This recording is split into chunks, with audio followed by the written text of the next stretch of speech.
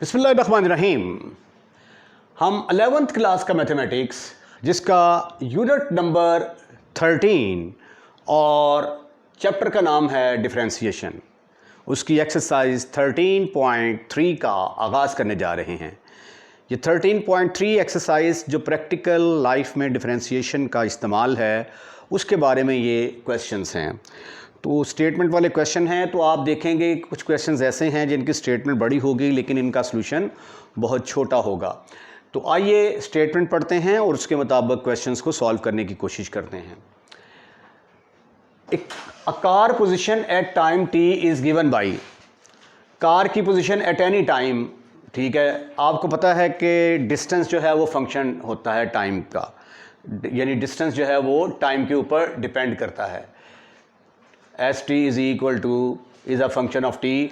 जैसे जैसे हम टी को चेंज करेंगे तो डिस्टेंस चेंज होता जाएगा।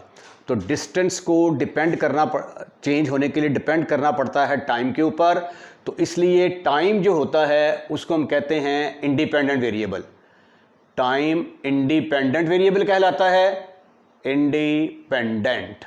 और एस जो है इसको हम कहते हैं डिपेंडेंट वेरिएबल, डिपेंडेंट वेरिएबल। तो डिफरेंशिएशन हमेशा किसके बराबर होती है? Change in dependent variable, dependent variable with respect to independent variable. ये हमारी डिफरेंशिएशन की डेफिनेशन थी। अब जरा स्टेटमेंट पढ़ें। एक कार है, कार की position at any time T given है, ये इसके बराबर। फाइंड द वेलोसिटी, वेलोसिटी मालूम करनी है। अब आगे ये ना भी लिखा होता ना by differentiating position with respect to time, तो कोई मसला नहीं था, सिर्फ इतना ही लिख दिया ना उसमें फाइंड द वेलोसिटी, तो हमने वेलोसिटी मालूम कर लेनी थी। अब वेलोसिटी क्या होती है? वेलोसिटी होती है change in distance with respect to time, is called as velocity. Velocity की डेफिनेशन क्या है? Change in distance, change in distance, change in distance with respect to time। तो इसको हम डिस्टेंस को अगर हम s के साथ डिनोट करें और t, तो फिर इसका मतलब है कि change in distance with respect to time क्या होगा? ds over dt। और ये क्या कहलाएगी? वेलोसिटी। तो एक्चुअली हमने क्या करना है? s को डिफरेंशिएट करना है विद रिस्पेक्ट टू t। तो इसको डिफरेंशिएट कर देंगे हम, differentiate with respect to t। तो ये आ जाएगा ds over dt is equal to, इधर भी डिफरेंशियल ऑपरेटर लगा दिया, इधर भी डिफरेंशियल ऑपरेटर लगा दिया। अब चूंकि s t का फंक्शन है तो t के लिहाज से डिफरेंशिएट होगा। अगर यहाँ पे x वाली रकमें होती तो x के लिहाज से डिफरेंशिएट होता, यहाँ पे y वाली रकमें होती तो y वाली, जो भी रकमें राइट साइड पे होती हैं उसके लिहाज से डिफरेंशिएशन होती है। तो अब हमारा डिफरेंशियल ऑपरेटर यहाँ पे पहले हम इससे पहले ना d ओवर dx इस्तेमाल करते रहे हैं, अब d ओवर dt इस्तेमाल होगा क्योंकि t के लिहाज से डिफरेंशिएट कर रहे हैं। यहाँ पे इंडिपेंडेंट वेरिएबल हमारा t है, change in dependent variable with respect to independent variable, minus 3t square. t यहाँ पे इंडिपेंडेंट वेरिएबल है, ठीक है जी। चलो देखते हैं जी। अब d ओवर dt ये हर एक अलग-अलग डिफरेंशिएट होगा। d over dt into 5t cube minus 3t square. ओहो डिफरेंशियल ऑपरेटर इसके साथ लगेगा, d over dt 3t square, फिर d ओवर dt t। अब पावर रूल के बारे में तो आप जानते होंगे। पावर रूल क्या है? Very simple, very easy.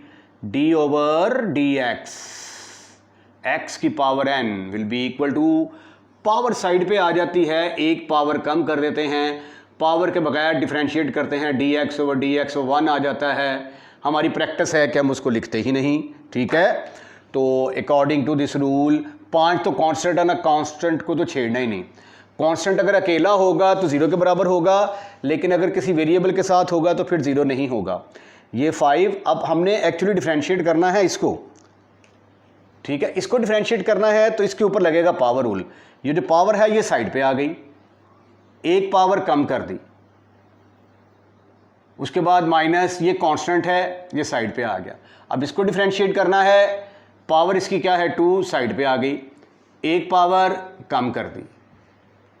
उसके बाद dt ओवर dt, ये किसके बराबर आ गया 1 के बराबर, ऊपर भी dt है नीचे भी dt है, जिस तरह dx ओवर dx 1 के बराबर होता था, ठीक है ना। सिंपल x होता था तो x के लिहाज से डिफरेंशिएट करते थे 1 आ जाता था। अब यहाँ पे t क्या है, उसको t के लिहाज से डिफरेंशिएट करेंगे तो 1 आ जाएगा। तो ये आ गया हमारे पास 15t² माइनस 6t प्लस 1, ये है हमारे पास ds ओवर dt। अब ds ओवर dt किसके बराबर होता है, v के बराबर। तो but ds over dt is equal to v, और v क्या है, वेलोसिटी। तो वेलोसिटी ही आपने मालूम करनी थी। तो वेलोसिटी किसके बराबर आ गई, 15t² minus 6t plus 1, this is your answer. आइए अब हम अगले क्वेश्चन की तरफ मूव करते हैं। क्वेश्चन नंबर 2, स्टेटमेंट काफ़ी लंबी है। Structural stress on bridge is modelled by the function s of x is equal to 100 minus 5x²। Structural stress क्या होता है, पहले मैं तो आपको इसके बारे में थोड़ा सा बता दूं। ये मैंने यहाँ पे डिफ़ाइन किया है, स्ट्रक्चरल स्ट्रेस क्या होता है। स्ट्रक्चरल स्ट्रेस जो है ये इंटरनल फोर्सेस होती हैं, the internal forces that are distributed within a structure. ये मुख्तलिफ़ किस्म की फोर्सेस होती हैं जो उसके अंदर, स्ट्रक्चर के अंदर ही मौजूद होती हैं। मैंने यहाँ पे सिर्फ ब्रिज की एग्जांपल ली है, और भी एग्जांपल ली जा सकती हैं। दीज फोर्सेस कैन कॉज, ये क्या कर सकती हैं, इनकी वजह से क्या हो सकता है, स्ट्रक्चर जो है वो डिफॉर्म हो सकता है। आपने देखा होगा कि बाज़ का हम कहते हैं लो जी फलां पुल बना, वो अंडरपास बना और वो गिर गया, ठीक है। तो या वहाँ से जो है ना किसी जगह से सड़क बैठ गई वगैरह वगैरह। दीज फोर्सेस क्या करती हैं, these forces can cause this structure to deform, उसकी शक्ल बिगाड़ सकती हैं, उसको बेंड कर सकती हैं, इवन ये है कि वो गिर भी सकती हैं। तो हमारे पास यहाँ पे जो एग्ज़ाम्पल है वो एक पुल की है। तो पुल जो होता है तकरीबन, फ़र्ज़ कर लिया कि ये हमारे पास पुल है और ऐसे करके, ठीक है। अच्छा, ये पुल का सेंटर आ गया। वो कहता है कि स्ट्रक्चरल स्ट्रेस का जो फार्मूला डिफ़ाइन किया गया है वो फार्मूला ये वाला है, ठीक है। वेयर x क्या है, यहाँ पे x क्या है, x is the distance from the centre of the bridge. अगर ये ब्रिज का सेंटर है तो एक साइड पे आप मूव करना शुरू कर दें तो यहाँ पे x की वैल्यू कुछ और होगी, यहाँ पे x की वैल्यू कुछ और होगी, यहाँ पे x की वैल्यू कुछ और होगी, यहाँ पे x की वैल्यू कुछ और होगी। तो ये जो वैल्यू होगी, ये जो इसका सेंटर है, सेंटर से इसकी वैल्यू को x रिप्रेजेंट कर रहा है, ठीक है। Where x is the distance from the centre of the bridge. अब कम टू द पॉइंट, करना क्या है, calculate the rate of change of stress. Rate of change क्या होता है, रेट ऑफ चेंज जब मैंने आपको डिफरेंशिएशन बताई थी तो वहाँ पे मैंने रेट ऑफ चेंज का जिक्र किया था। रेट ऑफ चेंज जब भी आ जाए क्वेश्चन के अंदर तो एक्चुअली आपने क्या करना होता है, फंक्शन को डिफरेंशिएट करना होता है, ठीक है। तो वो कहता है कि इसका रेट ऑफ चेंज निकालें एट दैट पॉइंट। अब इसने किसी ख़ास पर्टिकुलर पॉइंट की बात यहाँ पे नहीं की, तो क्वेश्चन को मैं डिस्कस करूँगा स्टेटमेंट के मुताबिक। उसके बाद फिर जो पीछे आंसर दिया हुआ है उस आंसर के मुताबिक ये स्टेटमेंट कंप्लीट नहीं है, क्योंकि इस स्टेटमेंट में कुछ चीज़ें और पूछनी चाहिए थी जो कि उसने नहीं पूछी, ठीक है। उसको ये कहना चाहिए था कि स्ट्रेस फाइंड आउट करें एट दी, जहाँ पे इसका स्ट्रेस जो है वो मैक्सिमम होगा, ठीक है। लेकिन चूंकि उसने नहीं कहा, उसने सिर्फ हमें कहा है कि इसका रेट ऑफ चेंज मालूम करें, तो सबसे पहले क्वेश्चन के मुताबिक हम इसका rate of change find out करने की कोशिश करते हैं। रेट ऑफ चेंज का मतलब होता है डिफरेंशिएशन, तो हम इसको डिफरेंशिएट करेंगे, differentiate with respect to x। अब ये देखिए यहाँ पे s फंक्शन है x का, तो s जो है, x जो है ये यहाँ पे इंडिपेंडेंट वेरिएबल है, ठीक है। जैसे ही हम x को चेंज करेंगे स्ट्रेस चेंज हो जाएगा, ठीक है। और स्ट्रेस जो है ना ज़्यादातर जो है ना ये अमूमन जो सेंटर ऑफ ग्रेविटी बनता है ना वहाँ पे होता है।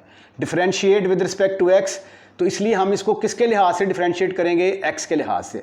ds over dx, differential operator मैंने लेफ्ट हैंड साइड पे भी लगा दिया, राइट हैंड साइड पे भी मैंने डिफरेंशियल ऑपरेटर लगा दिया, d over dx into 100 minus 5x square. अब हम दोनों को अलग-अलग डिफरेंशिएट कर लेते हैं। ये आ जाएगा d ओवर dx, 100 को अलग डिफरेंशिएट कर दिया, minus d over dx, 5x square को अलग डिफरेंशिएट कर दिया। अब 100 क्या है, कांस्टेंट, और कांस्टेंट का डेरिवेटिव क्या होता है, 0। तो यहाँ पे आ जाएगा 0 माइनस 5 कांस्टेंट है, और इसको डिफरेंशिएट करने के लिए हमें यूज़ करना पड़ेगा पावर रूल। और वो पावर रूल क्या है, d ओवर dx x की power n will be equal to, power side पे आएगी एक पावर कम करेंगे। अब ये रूल जब आप x स्क्वायर के ऊपर अप्लाई करेंगे तो उसके मुताबिक क्या होगा कि ये जो पावर है ये पावर साइड पे आ जाएगी और एक पावर हम कम कर देंगे। और इसका मतलब ये हुआ कि ये किसके बराबर आ गया, माइनस 10x की पावर 1 ds ओवर dx। ये आ गया जी rate of change at that point. At that point का मतलब कोई ख़ास पर्टिकुलर पॉइंट नहीं है, जो x की वैल्यू होगी उस x की वैल्यू के ऊपर हमारा ये रेट ऑफ चेंज आ जाएगा। अब ये जो रेट ऑफ चेंज है एक्चुअली हमारा ये डिक्रीज़ हो रहा है। इसका मतलब ये हुआ कि जैसे जैसे हम सेंटर से परली तरफ मूव करते जाएंगे, ठीक है, जैसे जैसे x को हम इंक्रीज़ करते जाएंगे तो हमारा रेट ऑफ चेंज जो है वो कम होता जाएगा। माइनस का मतलब होता है कम होना, ठीक है। तो अब ये देखें ज़रा, जस्ट फॉर आपको समझाने के लिए, अगर मैं यहाँ पे ले लेता हूँ if x is equal to 2 या x इज़ इक्वल टू 5 रख लें जी, पहले x इज़ इक्वल टू 5 रखा तो ds ओवर dx किसके बराबर आ गया, माइनस 10 इंटू 5 माइनस 50 आ गया, ठीक है। उसके बाद ds ओवर dx कम किया थोड़ा सा 2 के ऊपर, जब निकाला x इज इक्वल टू 2 के ऊपर तो ये निकला माइनस 20, ठीक हो गया। तो आपने देखा यहाँ से आपको नज़र आया कि अगर x की वैल्यू ज़्यादा है तो ds ओवर dx कम हो जाता है, डिक्रीज़ हो रहा है, ठीक है। इसी तरह जब आप ds ओवर dx निकालते हैं at x is equal to 1 के ऊपर तो ये आंसर आ जाता है माइनस 10 इंटू 1, और कम हो गया, माइनस 10 आ गया, ठीक है, ये माइनस 20। तो दिस शोज़ दैट इससे क्या रिजल्ट निकलता है, this shows that as x increases, जैसे ही हम x को इंक्रीज करते हैं, x is increases, rate of change decreases, rate of change जो है वो क्या हो रहा है, डिक्रीज हो रहा है, डिक्रीज। तो इसका मतलब ये हुआ कि माइनस जो है वो छोटी चीज़ को रिप्रेजेंट करता है, तो ज़ीरो जो है वो फिर क्या होगा, बड़ा होगा। तो अब जब मैं ज़ीरो पुट करता हूँ, ठीक है, ds over dx at x is equal to 0 पर जब मैं वैल्यू पुट करता हूँ तो आंसर आ जाता है इसका 0। और इनके मुकाबले में देखें 0 जो है वो क्या है, मैक्सिमम है। तो इसका मतलब हुआ कि मैक्सिमम कहाँ पे होगा, जब x इज इक्वल टू 0 होगा, ठीक है। Rate of change is maximum, rate of change is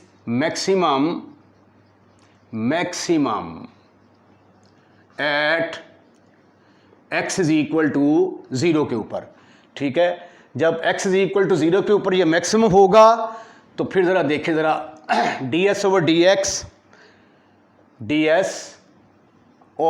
dx at x is equal to 0 किसके बराबर आ गया, minus 10 into 0 is equal to 0। ये इनके मुकाबले में मैक्सिमम वैल्यू है। अच्छा, उसके बाद उसने ना कहा हुआ है कि मैक्सिमम वैल्यू निकालें, स्ट्रक्चरल स्ट्रेस की मैक्सिमम वैल्यू क्या होगी। अब जहाँ पे इसकी जो है ना मैक्सिमम रेट ऑफ चेंज होगा वहीं पे उसकी मैक्सिमम वैल्यू होगी। तो मैक्सिमम स्ट्रक्चर के लिए, स्ट्रक्चरल स्ट्रेस के लिए क्या करेंगे, इसके अंदर हम x की जगह पे 0 पुट कर देंगे।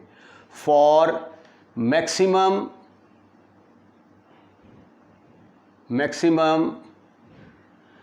Structural stress, put x is equal to 0 in Sx is equal to 100 minus 5x square। तो ये आ जाएगा 100 minus 5 into 0 is equal to 100। ठीक हो गया जी। तो स्ट्रेस जो है वो यहाँ पे क्या होगा, मैक्सिमम होगा। वैसे भी जो मैंने आपको फिगर बना के बताई थी, ऐसे करके जो मैंने बनाया था ब्रिज, तो जो स्ट्रेस होता है ना वो ज़्यादा, वो जो है ना जो सेंटर ऑफ ग्रेविटी या जो सेंटर होता है ना वहाँ पे ज़्यादा पड़ता है। ठीक है, तो इसलिए वहीं पे जो है ना इसका स्ट्रेस जो है वो क्या होगा, मैक्सिमम होगा। तो इस क्वेश्चन के अंदर थोड़ी कन्फ्यूजन थी, स्टेटमेंट कंप्लीट नहीं है। अगर पेपर में ये स्टेटमेंट आती है तो आपका सोल्यूशन यहाँ पे ख़त्म हो जाता है। That is the end of the solution according to the statement.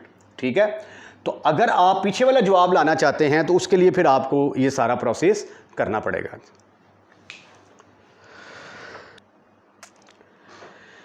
Question number 3, इसमें कुछ नई चीज़ें आई हैं जिनके बारे में आपका जानना बड़ा ज़रूरी है। एक कंपनी का रेवेन्यू फंक्शन जो है वो आर एक्सिस के बराबर है। नंबर 1 तो आपको पता होना चाहिए कि रेवेन्यू क्या होता है। रेवेन्यू का फार्मूला ये है, where is the number of unit x produce the cost function, और वो रेवेन्यू कॉस्ट फंक्शन जो प्रोड्यूस करता है वो इतनी है। यानी ये हमारा रेवेन्यू है, ये कॉस्ट है। कॉस्ट आप लोग जानते हैं कि जो खर्च आपका आता है, जो पैसे आप खर्च करते हैं उसको कॉस्ट कहते हैं। आपने प्रॉफिट फंक्शन मालूम करना है। इसको मैं आपको इस तरीके से समझाता हूँ कि आपने एक चीज़ परचेज़ की आपने 70 रुपये की एक चीज़ आपने परचेज़ की। ठीक है, आपने उसको सेल कर दिया 75 रुपीज़ में। ठीक है, तो आपने 75 रुपीज़ में इसको सेल किया, तो जो आपको चीज़ हासिल हुई है ना सेल करने के बाद, रेवेन्यू, उसको रेवेन्यू कहते हैं। रेवेन्यू किसके बराबर आ गया, 75 के बराबर आ गया। ठीक है, जो चीज़ आपने परचेज़ की थी ये आपकी कॉस्ट, इसको कहते हैं आपके पैसे कितने खर्च हुए। तो प्रॉफिट किसके बराबर होता है, प्रॉफिट बराबर होता है रेवेन्यू में से रेवेन्यू माइनस कॉस्ट। रेवेन्यू आपको जो पैसे आए 75 पे, आपकी असल कीमत थी 70 पे, तो प्रॉफिट कितना हुआ आपको 5 रुपये। तो मुझे उम्मीद है कि आपको पता चल गया होगा कि कॉस्ट फंक्शन क्या होता है, रेवेन्यू फंक्शन क्या होता है और प्रॉफिट फंक्शन क्या होता है। ठीक है, अब इस क्वेश्चन के अंदर पहला पार्ट उसने कहा है कि आपने प्रॉफिट फंक्शन मालूम करना है। तो प्रॉफिट फंक्शन किसके बराबर होता है, आइए देखते हैं जी प्रॉफिट फंक्शन कैसे निकालते हैं। गिवन रेवेन्यू मेरे पास है, revenue is equal to 1000x minus 10x square. उसके बाद कॉस्ट फंक्शन जो है मेरे पास वो है 300x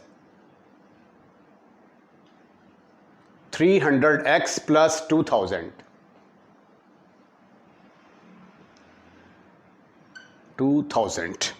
ठीक है, अब रेवेन्यू का, प्रॉफिट का फार्मूला हमने क्या बनाया, प्रॉफिट का फार्मूला है रेवेन्यू में से सी फॉर कॉस्ट, कॉस्ट निकाल दें। ठीक है, तो प्रॉफिट फंक्शन आपने मालूम करना है।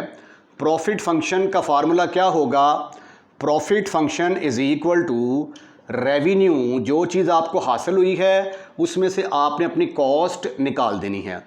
रेवेन्यू मुझे हासिल हुआ 1000x माइनस 10x स्क्वायर में से मैंने कॉस्ट निकाली, कॉस्ट थी मेरी 300x प्लस 2000। इसको अब हम सिंप्लीफाई कर लें तो वो मेरे पास प्रॉफिट फंक्शन आ जाएगा 1000x minus 10x square minus 300x minus 2000 हज़ार, ये आ गया minus 10x square minus 10x square, 1000 में से 300 गए तो बाकी रह गए 700x। तो ये जो चीज़ मेरे पास आई है इसको हम कहते हैं कि ये प्रॉफिट फंक्शन है। तो पहला पार्ट क्या था, आपने प्रॉफिट फंक्शन निकालना था, ठीक है, is the profit function, profit function. अब हम आगे चलते हैं, इसको आगे बढ़ाते हैं कि determine the marginal profit when x is equal 15 से क्या मुराद है। अब हम इसके सेकंड पार्ट की तरफ चलते हैं। हमने निकालना है मार्जिनल प्रॉफिट क्या है जी। Marginal profit is to be calculated, marginal profit. अच्छा, जब आप किसी दुकानदार के पास जाते हैं ना तो आप उसको कहते हैं कि भाई इस जूते की कीमत क्या है, तो वो कहते हैं जी इस जूते की कीमत 10,000 है। आप कहते हैं जी मैं तो 10,000 नहीं दे सकता, मैं तो इसके 6,000 दूंगा। तो वो आपको क्या जवाब देता है, कहता है बाऊ जी इन्ना तो मार्जिन ही नहीं गा, ठीक है ना। यानी मार्जिन का मतलब क्या है कि डिफरेंस, और डिफरेंस क्या होता है, रेट ऑफ चेंज, ठीक है। तो यहाँ पे भी जो मार्जिनल से मुराद मैथमेटिक्स में ली जाती है वो रेट ऑफ चेंज लिया जाता है। तो जब आपको वो कह रहा है डिटरमिन दी मार्जिनल प्रॉफिट, तो इसका मतलब है कि प्रॉफिट के अंदर rate of change at particular point जब x इज इक्वल टू 15 होगा तो उस वक्त जो है ये मार्जिनल प्रॉफिट क्या होगा वो आपने बताना है।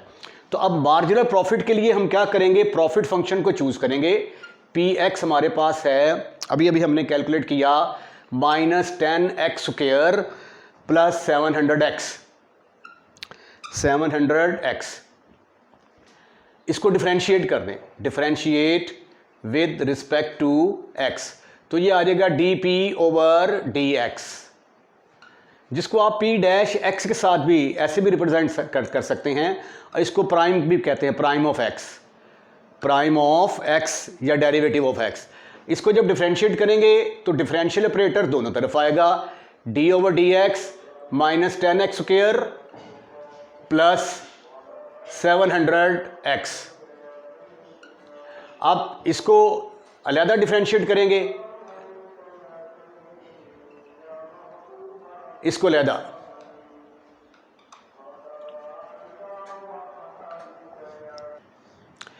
इसको अब डिफरेंशिएट करेंगे तो इसके ऊपर लगेगा power rule using d over dx, x की power n is equal to, power side पे आ गई, एक पावर कम की। अब इस फार्मूले के तहत ये आ गया माइनस 100, तो कांस्टेंट है। अब ये जो पावर है ये पावर साइड पे आ जाएगी, ये देखें ये पावर साइड पे आ गई, एक पावर कम कर दी, पावर के बगैर डिफरेंशिएट करने के 1 आ जाएगा। अब 700 कांस्टेंट है और x क्या है, x का डेरिवेटिव किसके बराबर होता है, 1 के बराबर। तो ये मेरे पास आंसर आ गया 100 minus 200 into x, 200 into x minus plus 700, ये आ गया dp over dx।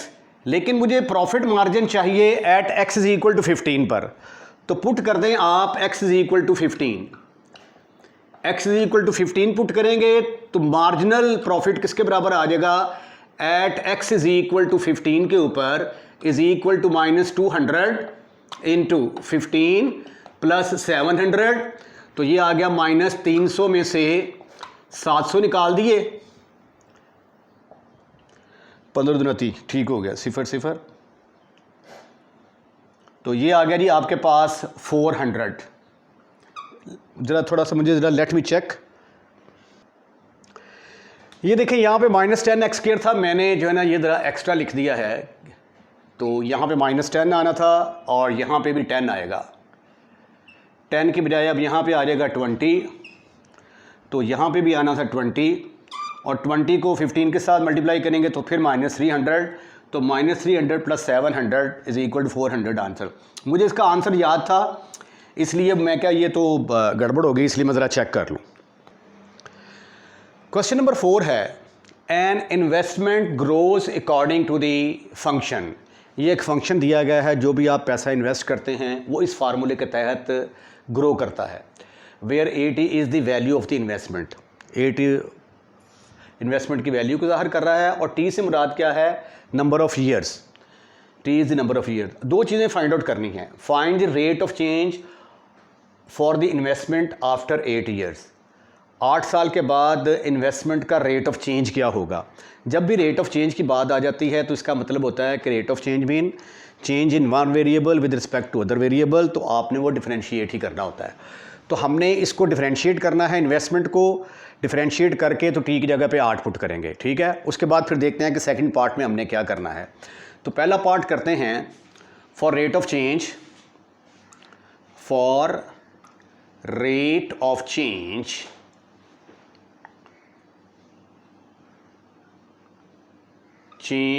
in investment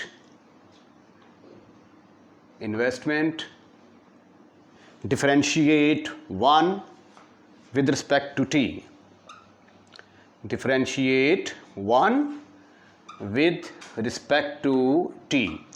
तो a is a function of t, तो लिहाजा a किसके लिहाज से डिफरेंशिएट होगा, t के लिहाज से। डिफरेंशियल ऑपरेटर यहाँ पे d/dt होगा, तो d/dt 10,000 into 1 plus 0.05 t की पावर 3, ठीक है। अब 10,000 तो कांस्टेंट है, इसको ज़रा आप बाहर निकाल लें। डिफरेंशिएट किस चीज़ ने होना है, ये जो क्यूबिक फंक्शन है हमारे पास 0.05 t की पावर 3। अब यहाँ पे लगेगा फार्मूला, हमारा जो फार्मूला यूज़ होगा वो ज़रा देख लें। फार्मूला इस्तेमाल होगा इस दफ़ा d/dx ax प्लस b की पावर n बराबर होता है, ये भी पावर रूल है, ये पावर साइड पे आ गई, एक पावर कम की, पावर के बगैर डिफरेंशिएट किया, ax प्लस b आ गया, ठीक है। ये जो केस होता है ना d/dx, ये भी पावर रूल है, इसमें पावर साइड पे आती है, एक पावर कम करते हैं, इसमें भी पावर के बगैर डिफरेंशिएट करते हैं, लेकिन वो dx चूँकि 1 के बराबर आ जाता है, इसलिए हम उसको लिखते नहीं हैं, लेकिन पावर के बगैर डिफरेंशिएट करना होता है। राइट, लो जी, ये फिर किसके बराबर आ गया, अकॉर्डिंग टू दिस रूल ये पावर तो साइड पे आ जाएगी, पावर क्या है 3, तो dA/dt is equal to, power side पे आ गई, इंटू 10,000 इकाई था, इंटू 1 प्लस 0.05 t की पावर कितनी आ गई 3, पावर साइड पे आ गई, एक पावर कम कर दी, पावर के बगैर डिफरेंशिएट किया। ये पावर के बगैर डिफरेंशिएट करना अक्सर बच्चे भूल जाते हैं। 1 प्लस 0.05 t, फार्मूले के अंदर फ़र्क समझने की ज़रूरत है, ठीक है। यहाँ पे x के साथ कांस्टेंट ऐड है, अगर x के साथ x वाली रकम के साथ कांस्टेंट ऐड होगा तो फिर पावर के बगैर डिफरेंशिएट करना मस्ट है। ये आ गया जी, 3 के साथ मल्टीप्लाई किया तो 30,000 बन गया, 30,000, 1 2 3 4 सिफरे आ गए, इंटू 1 प्लस 0.05 t इंटू 3 में से 1 के बाकी रह गए 2, इंटू 1 जो है ये कांस्टेंट है, कांस्टेंट का डेरिवेटिव 0 के बराबर आ जाएगा। ये देखें d/dt। अब 1 को अलहदा डिफरेंशिएट कर लेते हैं, प्लस d/dt 0.05 t को अलहदा डिफरेंशिएट कर लेते हैं। This is further equal to 30,000 into 1 plus 0.05 t whole की पावर 2, ब्रैकेट के अंदर आ गया 1, कांस्टेंट है, कांस्टेंट की वैल्यू किसके बराबर, डिफरेंशिएशन किसके बराबर होती है, 0, और t का डेरिवेटिव किसके बराबर आ जाएगा, 1 के बराबर, तो ये आ गया 0.05। ठीक है, अब 0.05 को हम 30,000 के साथ मल्टीप्लाई करते हैं, और वैसे भी मेरा ख्याल है कि हमने निकालना है पहला part, find the rate of change of investment after 8 years. तो अब पुट कर देते हैं, अब टाइम आ गया है कि पुट कर दें t is equal to 8 in order to get the answer of the first part, dA/dt at t is equal to 8, ऐसे करके लिखते हैं इसको, t इज इक्वल टू 8 के ऊपर, तो ये आ गया 30,000 इंटू 1, बड़ी ब्रैकेट ना लगा लें, 1 प्लस 0.058 इसके साथ मल्टीप्लाई हो जाएगा इंटू 0.05। आइए अब हम इसको कैलकुलेट करके देखते हैं हमारा आंसर किसके बराबर आता है। अच्छा, ये जो स्केयर था ये मिस हो गया था, तो वो स्केयर मैंने लिख दिया है। 30,000 को मल्टीप्लाई करेंगे 0.5 के साथ, आंसर आएगा 1500। 1, ये 0.05 को 8 से मल्टीप्लाई करेंगे तो 0.4, 1 ऐड करेंगे तो 1.4 का स्क्वायर, 1.4 के स्क्वायर को 1500 से मल्टीप्लाई करेंगे, ये आपका आंसर आ जाएगा।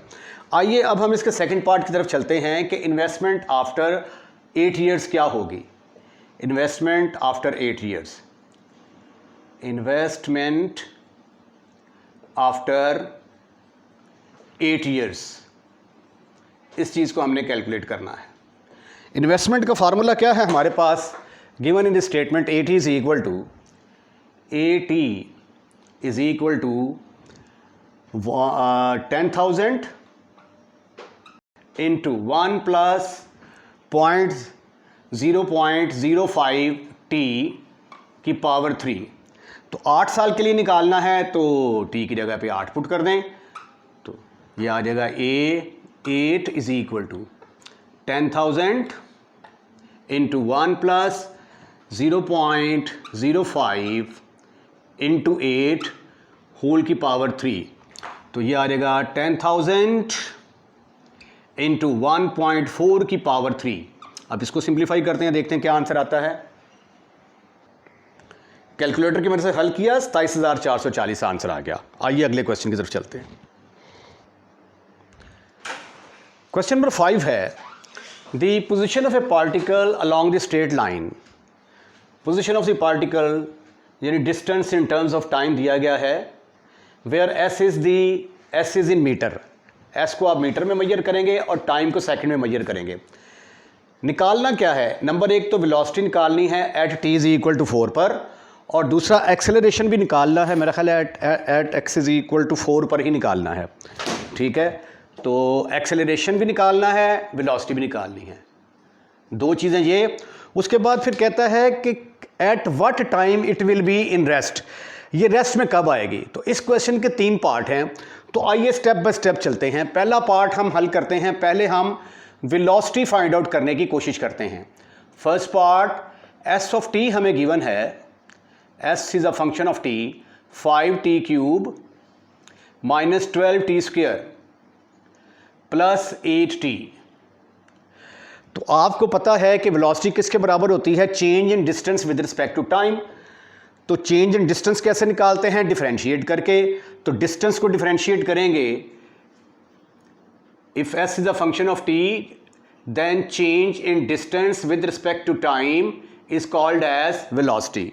तो लिहाजा इसको हम क्या करेंगे, डिफरेंशिएट कर देंगे with respect to t।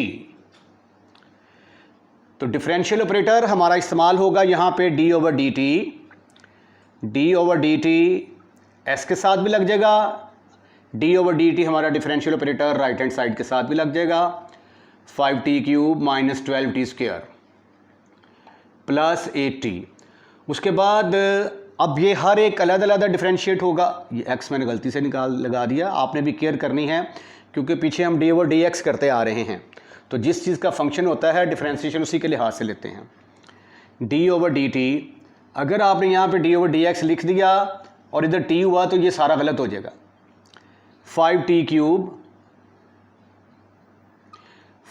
Cube, या कांस्टेंट को पहले ना लिख लें साथ साथ ही, कांस्टेंट को पहले लिख लिया, d/dt t क्यूब आ गया, फिर 12 को पहले लिख लिया, d/dt t स्क्वायर को डिफरेंशिएट कर देंगे। 8 कांस्टेंट है, ये डिफरेंशिएट नहीं होगा, d/dt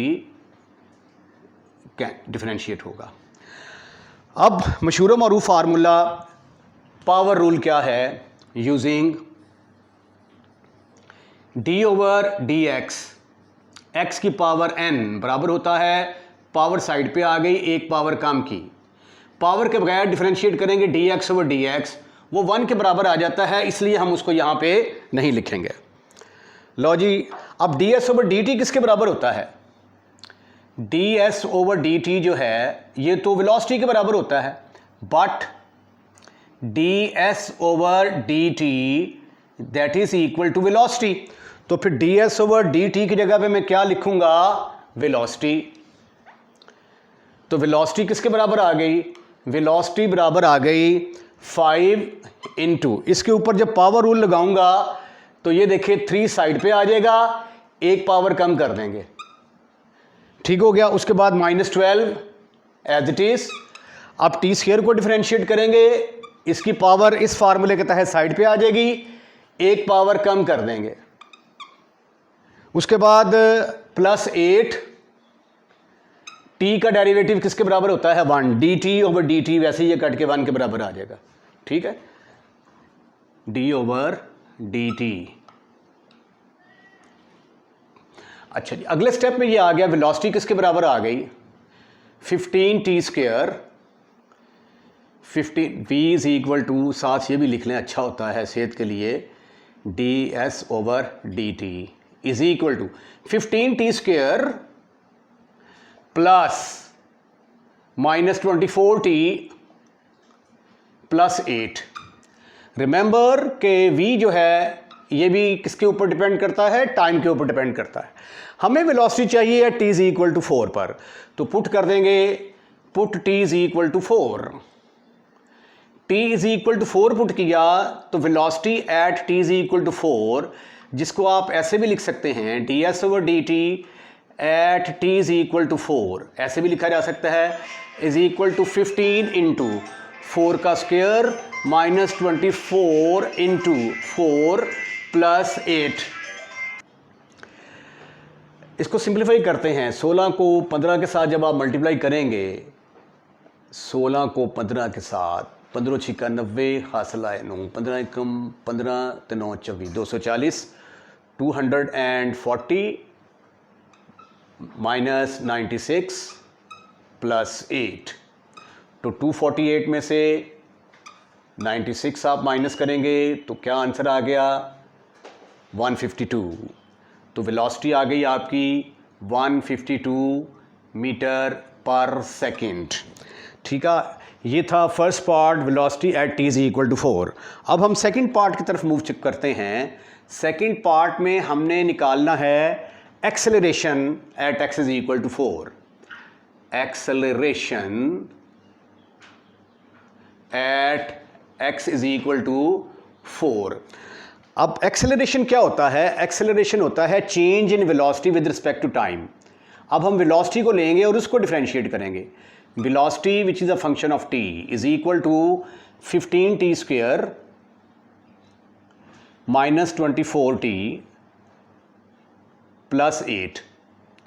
तो एक्सेलरेशन किसके बराबर होता है, एक्सेलरेशन बराबर होता है change in v with respect to t। इसको मैथमेटिकली ऐसे जाहिर करते हैं dv/dt। तो इसका मतलब है चेंज इन वेलोसिटी, वेलोसिटी में तब्दीली को एक्सेलरेशन कहते हैं। तो इसका मतलब है कि वेलोसिटी में चेंज निकालनी है, और चेंज हम डिफरेंशिएशन से ही निकालते हैं, तो लिहाजा इसको डिफरेंशिएट करेंगे। Differentiate with respect to t, with respect to t, तो डिफरेंशियल ऑपरेटर v के साथ भी आएगा, ओहो, डिफरेंशियल ऑपरेटर v के साथ, इधर differential operator right hand side में पूरी रकम के साथ आ जाएगा, d/dt 15t square minus 24t plus 8। अब ये अलग-अलग डिफरेंशिएट होंगे। d ओवर dt किसके बराबर होता है? एक्सेलरेशन के बराबर। But dv over dt is equal to acceleration. तो acceleration which is a function of t किसके बराबर आ गया? dv over dt, dv over dt is equal to d over dt 15t square, इसको अलहदा डिफरेंशिएट कर दिया, d ओवर dt 24t, इसको अलहदा डिफरेंशिएट कर दिया और कांस्टेंट को अलहदा डिफरेंशिएट कर दिया। अब इस पर लगेगा पावर रूल। पावर रूल क्या है? ये वाला rule d over dx, d over dx, x की पावर n बराबर होता है, पावर साइड पे आ गई, एक पावर कम कर दी। Right. Therefore this is equal to 15 तो कांस्टेंट है, ये तो एज इट इज रहेगा, 2 साइड पे आ गया, एक पावर कम कर दी। फिर 24 तो कांस्टेंट है, 24 कांस्टेंट, और t का डेरिवेटिव किसके बराबर आ जाएगा? 1 के बराबर। 8 कांस्टेंट है, कांस्टेंट का derivative 0। This is equal to, ये आ गया 15 दूना 30, 30t माइनस 24। ठीक है, अब हमने एक्सेलरेशन निकालना है at t is equal to 4 के ऊपर। तो लिहाजा अब हम क्या करेंगे कि t की जगह पे 4 पुट करेंगे। अब इसमें कर देते हैं ये put t is equal to 1। अगर आपने कोई नाम नहीं रखा हुआ, ये इसका नाम है नंबर 1। ये जो वेलोसिटी थी इसको हम कह देते हैं कि ये नंबर 2 है, और इसको हम कह देते हैं कि ये नंबर 3 है। Put t is equal to 4, t is equal to 4 in number 3। तो what you will get? a4 का मतलब क्या है? एक्सेलरेशन एट 4, या dv over dt at t is equal to 4 किसके बराबर आ गया? 30 को मल्टीप्लाई कर दें जी आप 4 के साथ, माइनस 24, ये आ गया 120। 120 में से 24 गए तो बाकी बच गए 96 मीटर पर सेकेंड स्क्वायर। ये हमारा एक्सेलरेशन आ गया। पहले 2 पार्ट हमने हल कर लिए हैं। अब तीसरा पार्ट जो है हल करने के लिए हमें फिर वेलोसिटी का सहारा लेना पड़ेगा। ठीक है, उसकी वजह क्या है? वो कहता है कि कहाँ पे जाके ये रेस्ट में आएगा। रेस्ट में तो ये तभी आएगा ना जब वेलोसिटी 0 के बराबर होगी। तो अब third part, at what time it will be at rest. It will be at rest if velocity is equal to 0। The particle will B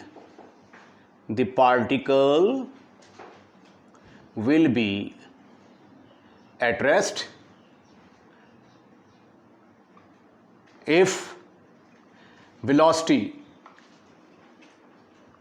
ds over dt is equal to 0. Therefore velocity क्या है? from 2 में ये हमने velocity निकाली हुई है, तो velocity को क्या होना चाहिए? 0 के बराबर होना चाहिए। अगर ये 0 के बराबर होगी तो पार्टिकल रेस्ट में होगा। 15t square minus 24t plus 8 is equal to 0। अब इसके फैक्टर तो बनते नहीं हैं, तो लिहाजा हमें क्या करना पड़ेगा? क्वाड्रेटिक फार्मूला लगाना पड़ेगा। क्वाड्रेटिक फार्मूला लगाने के लिए यहाँ पे देखें पहले a क्या है? a is equal to 15, b is equal to minus 24 और c is equal to 8।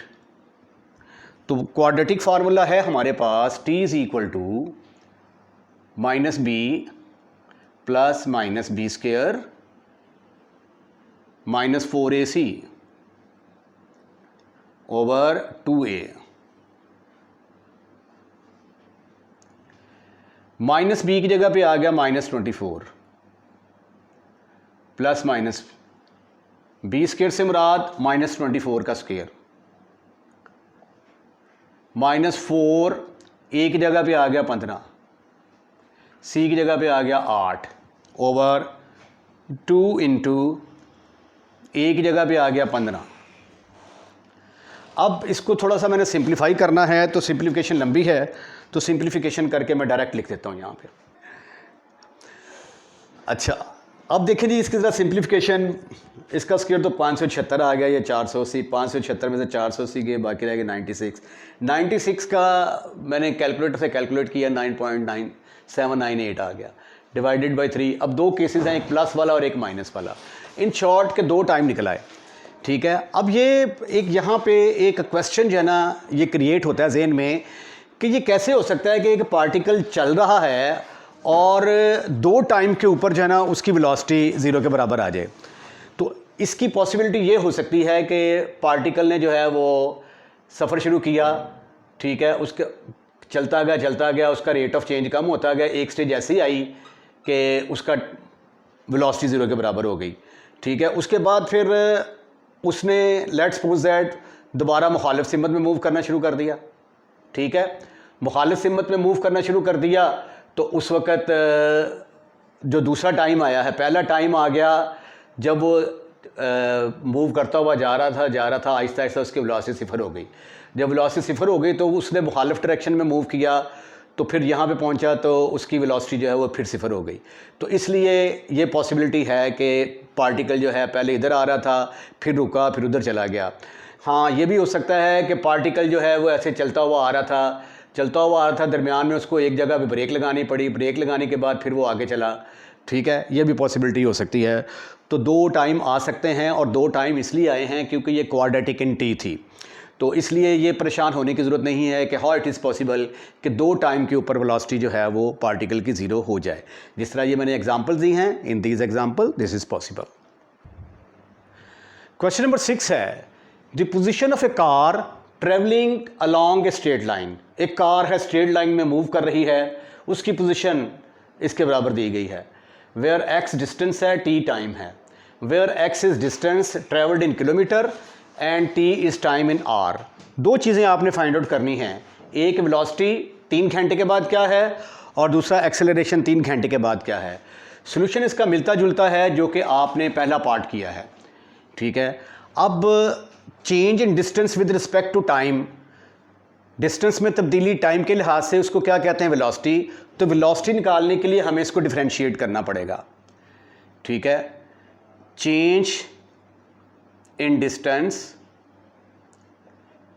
Change in distance with respect to time is called velocity.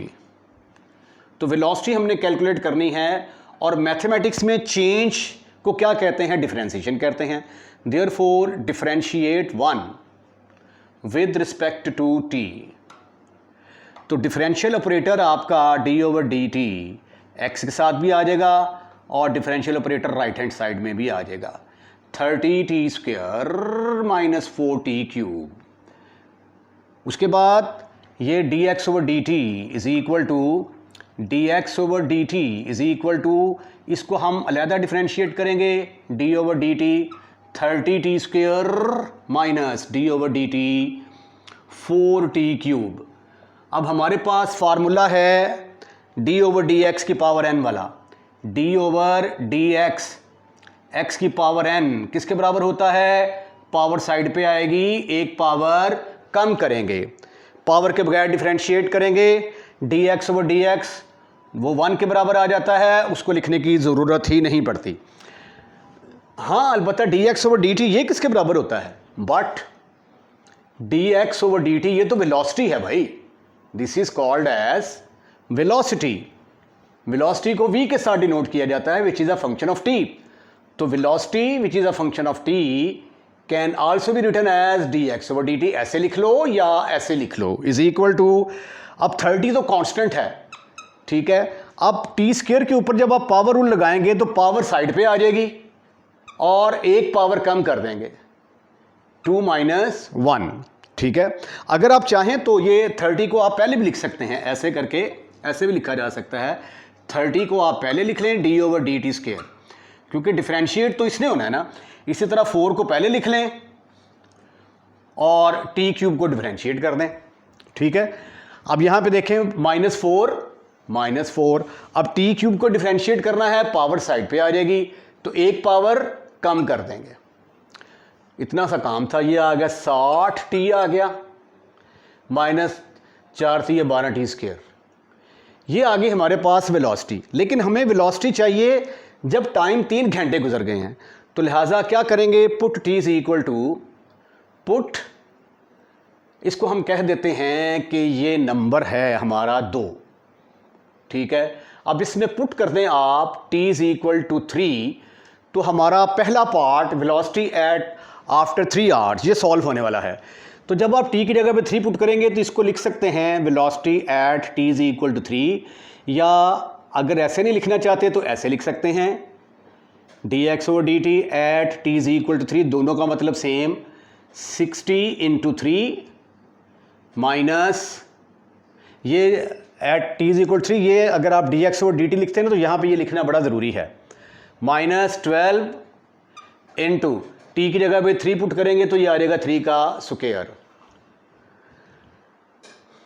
ये आ गया जी 180 माइनस 12 9 108, तो ये आ गया ये 72, 72 डिस्टेंस किस में है, किलोमीटर में, तो ये आ गया किलोमीटर पर आवर, ये आ गई हमारे पास वेलोसिटी। अब हमने एक्सेलरेशन निकालना है, तो एक्सेलरेशन किसके बराबर होता है, change in velocity with respect to time, ठीक है। चेंज, इसको मैथमेटिक्स में ऐसे पढ़ते हैं ना, चेंज इन वेलोसिटी, डिफरेंशिएशन का मतलब होता है change in velocity with respect to time.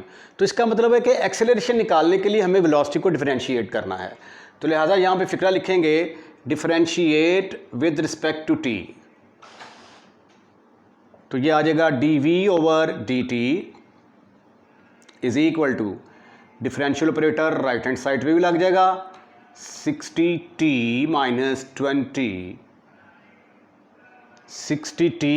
20t square. अब उसके बाद d ओवर dt पहले वाले के साथ भी लगेगा, कॉन्स्टेंट को बाहर ना निकाल लें, कोई फ़र्क नहीं पड़ता इससे, दोनों तरीके सही हैं। कॉन्स्टेंट को बाहर निकाला, t को डिफरेंशिएट कर दिया, 12 को बाहर निकाला, t स्क्वायर को डिफरेंशिएट कर दिया,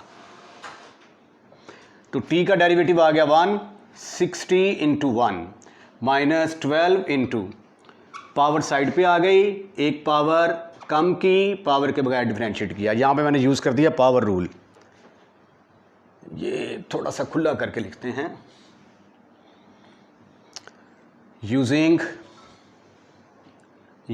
d ओवर dx, x की पावर n बराबर होता है, पावर साइड पे आ गई, एक पावर कम कर दी, वो फार्मूला यहाँ पे लगने वाला है, ठीक है। ये आ गया 60 इंटू 1 माइनस 12, पावर साइड पे आ गई, एक पावर कम की तो 2 माइनस 1 आ गया, ठीक है। ये आ गया dv over dt is equal to 60 minus 24t आ गया, ठीक है।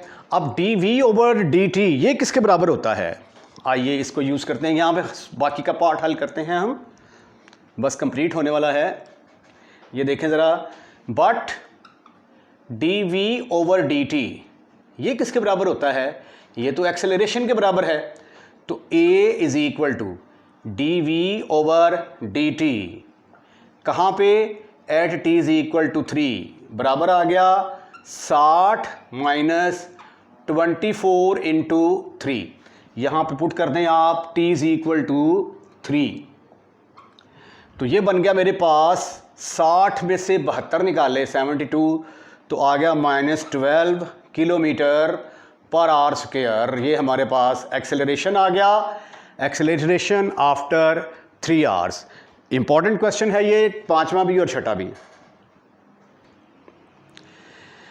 Question number 7, the stress on a beam under varying load is given by, कोई बीम है उसके ऊपर जो स्ट्रेस है उसका फार्मूला जो डिफाइन किया गया है वो ये है 400x minus x cube, where Sx क्या है, इस द स्ट्रेस इन पास्कल्स। अब जो स्ट्रेस है उसको आप, उसके यूनिट क्या हैं, पास्कल्स में आप मेजर करते हैं। अब पास्कल क्या होता है ज़रा देखते जाएं, ये जो SI सिस्टम इंटरनेशनल सिस्टम है उसमें यूनिट फॉर प्रेशर, ये क्या होता है, unit for pressure equal to 1 newton per square metre. ठीक है, यानी 1 पास्कल किसके बराबर होगा, 1 न्यूटन पर मीटर स्क्वायर के बराबर होगा। तो ये इसके यूनिट्स हैं। और x क्या है, x is the distance from the end in metre, और x को जो है वो हमने मीटर्स में यहाँ पे रखा है। तो कैलकुलेट क्या करना है, rate of change of stress. Rate of change का लफ्ज़ जहाँ पे भी आ जाए तो अंडरस्टूड है कि वहाँ पे हमने क्या करना होता है, हमने डिफरेंशिएट करना होता है।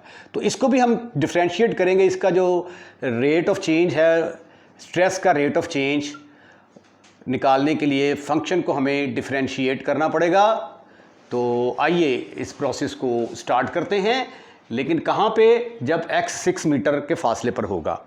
अब ये देखें ना, स्टेटमेंट ज़रा गौर से पढ़ें। The stress on a beam, फ़र्ज़ कर लिया कि ये बीम है, ठीक है, under varying load is given by this, where Sx is the distance in stress pascal and x is the distance from one is fix from, where x is the distance from fixed end. मसलन इस and को अगर आप fix कर लेते हैं तो यहाँ से जो डिफरेंट किस्म का फासला होगा उसको हम x कहेंगे। यहाँ पे x की वैल्यू कुछ और होगी, जब यहाँ पे आ जाएंगे x की वैल्यू कुछ और होगी, जब यहाँ पे आ जाएंगे x की वैल्यू कुछ और होगी, ठीक है। चलो बहरहाल गिवन क्या है, हमें come to the point Sx is equal to 400x minus x cube.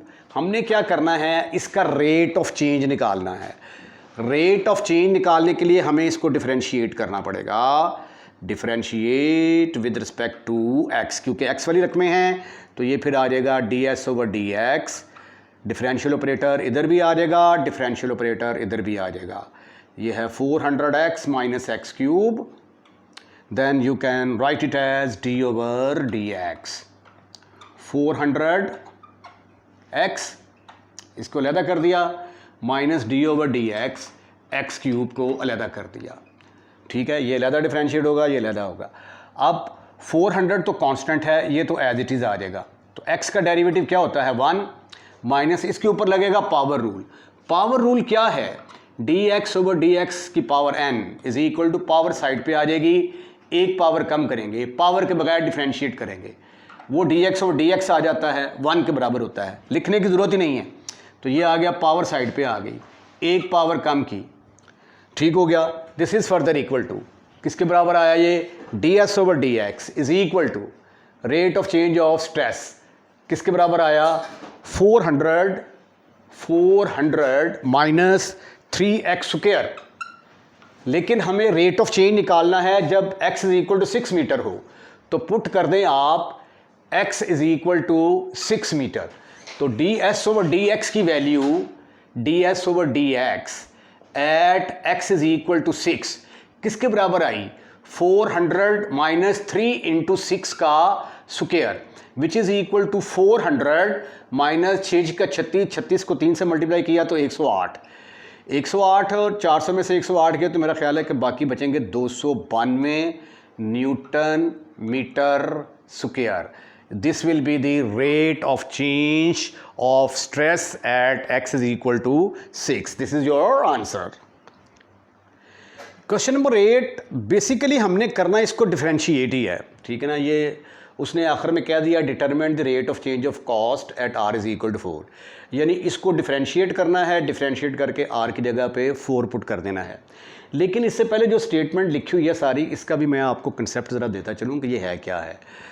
Cost को उसने ज़ाहिर किया है CR के साथ, R क्या है, रेडियस है। क्या करना है, to construct a cylindrical tank.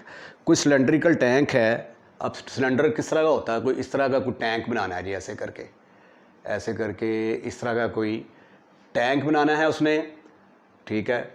इसमें कहता है सिलेंड्रिकल टैंक बनाना है, डिपेंड अपॉन दी, उसकी कॉस्ट किसके ऊपर डिपेंड करती है, इसके रेडियस के ऊपर डिपेंड करती है।